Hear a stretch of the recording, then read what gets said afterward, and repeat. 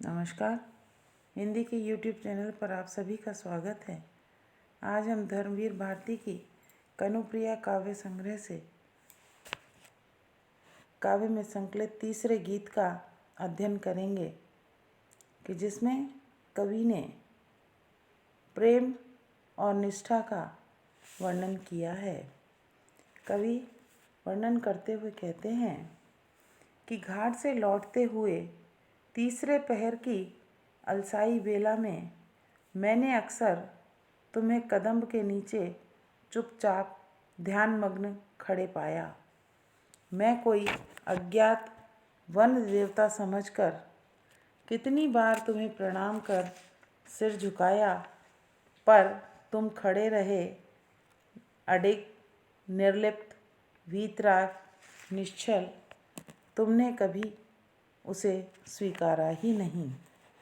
कि यहाँ कवि वर्णन करते हुए कहते हैं कि नायिका ने नायक को लक्ष्य करके कहा कि घाट से लौटते हुए तीसरे पहर की अलसाई बेला में मैंने प्राय तुम्हें कदम के नीचे चुपचाप ध्यानमग्न खड़े पाया। मैंने समझा कि तुम कोई अज्ञात वन देवता हो। ऐसा समझकर मैंने तुम्हें अनेक बार प्रणाम किया, सिर झुकाया और अपनी भक्ति जो है वह अभिव्यक्त की, लेकिन तुम खड़े रहे अडिग, निर्लिप्त, वीतराग, आसक्ति रहित, निर्विकार और निश्चल भाव से उसी तरह खड़े रहे और तुमने कभी भी मेरे प्रणाम को स्वीकार नहीं किया। अर्थात कहने का तात्पर्य है कि जब भी मैंने तुम्हें प्रणाम किया, तुमने कभी उसका कोई प्रत्युत्तर, कोई जवाब नहीं दिया। आगे कहते हैं कि दिन पर दिन बीतते गए और मैंने तुम्हें प्रणाम करना भी छोड़ दिया, पर मुझे क्या मालूम था कि वह अस्वीकृति ही मेरे प्रेम का अटूट बंधन बनकर मेरी प्रणामबद्ध अंजलियों में, कलाइयों में इस तरह लिपट जाएगी कि कभी खुल ही नहीं पाएगी। कि आगे वह नायिका, कवि जो है नायिका के माध्यम से कहते हैं कि वह नायिका जब कहती है कि तुमने, नायक से कहती है कि तुमने मेरे प्रणाम का कभी जवाब ही नहीं दिया, तो इस प्रकार प्रतिदिन मैं तुम्हें प्रणाम करती और उसकी कोई प्रतिक्रिया देखने को मुझे नहीं मिलती, तो मैंने धीरे धीरे कि इस प्रकार प्रतिदिन प्रणाम करने और तुम्हारे द्वारा इस प्रकार अनासक्ति का भाव रखने से दिन पर दिन बीतते गए, तब तुम्हें निर्लिप्त देखकर मैंने भी प्रणाम करना छोड़ दिया। आगे वह कहती है, लेकिन मुझे क्या मालूम था कि तुम्हारे द्वारा यह दिखाई गई, दर्शाई गई प्रणाम की अस्वीकृति ही मेरे लिए प्रेम का अटूट बंधन बन जाएगा। कि तुम्हारी वह अस्वीकृति ही मेरे प्रणाम करने के लिए बंधी हुई अंजलियां और कलाइयों में इस प्रकार लिपट जाएगी कि निरंतर अभ्यासवश वह स्वतः ही जुड़ी रह जाएगी और मैं उनसे बंधी ही रहूँगी।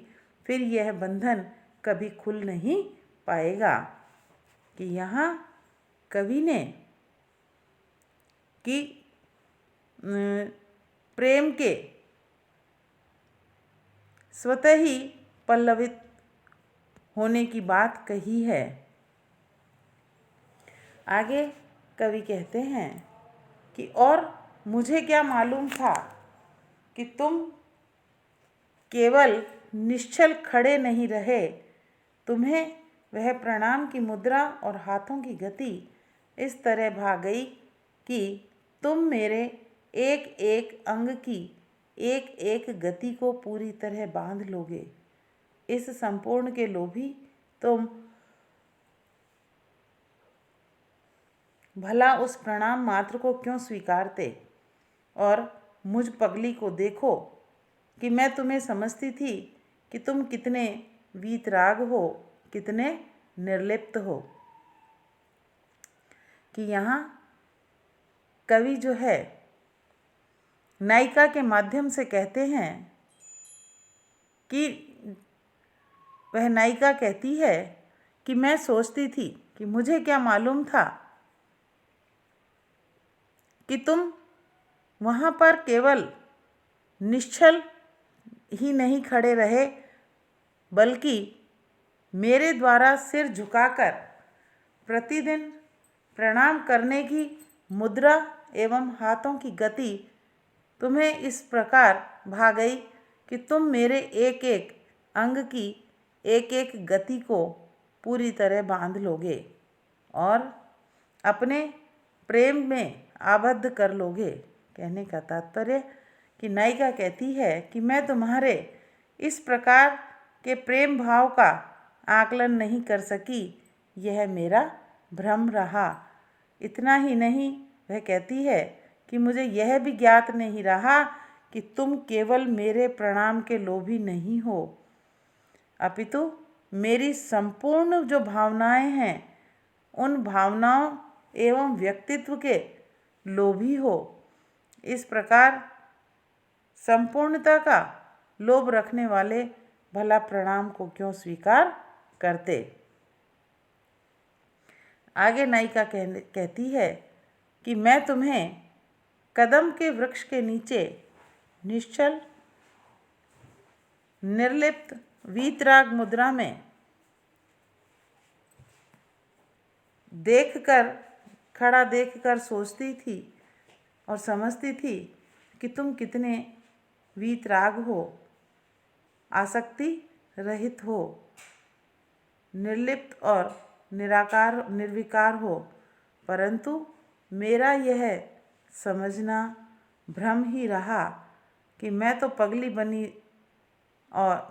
बनी रही, क्योंकि तुम मेरी श्रद्धा, भक्ति एवं प्रेम सभी भावनाओं और सौंदर्य के लोभी रहे। ऐसे व्यक्ति को वीतराग और निर्लिप्त कैसे माना जा सकता है?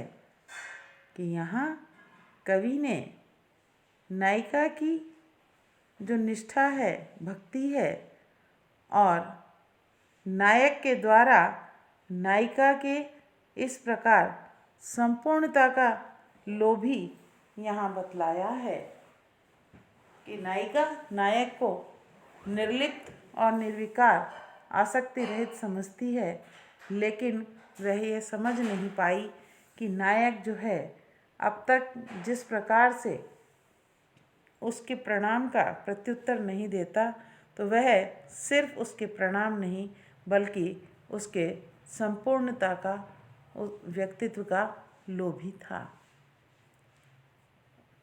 कि हमने आपको यह तीसरा गीत पढ़ाया, इसे सुनिए, समझिए और इस चैनल को लाइक और सब्सक्राइब अवश्य कीजिए। धन्यवाद।